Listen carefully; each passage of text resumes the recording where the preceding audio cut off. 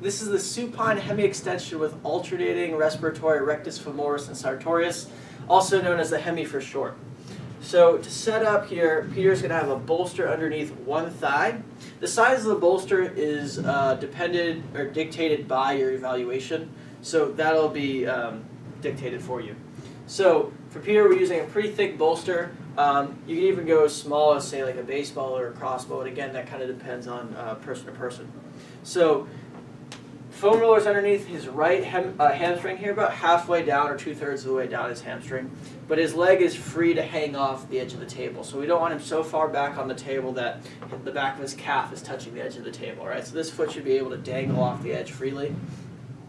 So with his other leg, what he's going to do is he's going to bring the knee over the hip. So his knee, his thigh is pretty much vertical here. He's pulling his toes back, and we actually want that to be true on both sides. So both legs here, the toes are going to be pulled back. And so what I want him to do here is exhale for me. Just give me a good exhale. Good. So that's going to bring his ribs down. And you want him to feel his low back in the table. All right. So you want to feel your low back in the table the entire time.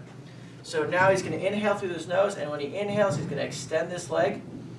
Inhale, and then exhale. Slowly bring this leg down.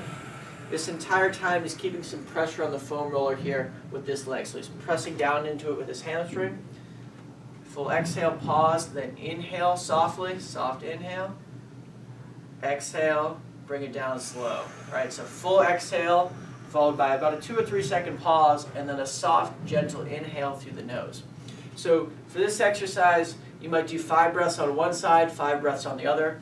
Whether or not you do it on both sides, again, that's kind of dictated by your evaluation, so that'll depend person to person as well. For Peter here, he tested positive on both sides in his Thomas test, so we do it on both sides for him.